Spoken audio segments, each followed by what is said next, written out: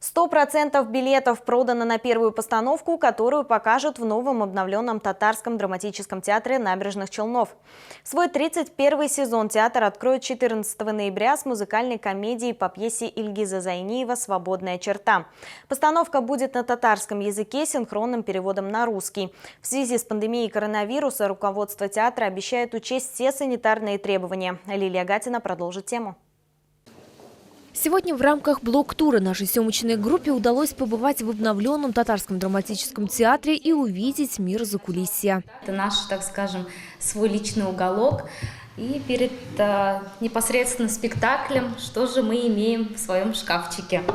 Ну, это, конечно же, косметика, какие-то волосы, принадлежности для причесок, плойки, запасные колготки у девушек уж естественно. Ну и самое главное – это текст.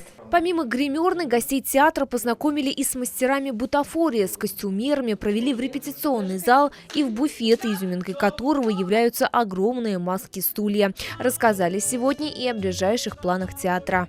В декабре у нас планируется 2 премьерных показа. Это спектакль для детей и премьера по роману Шамиля Диатуллина «Город Брежнев». После Нового года мы будем приступать к классической татарскому драматургу. Остановились на произведении Ешир Акляр Фатхи Бурнаш. Также буду возвращать на сцену «Три аршина земли» Аяза Гилязова.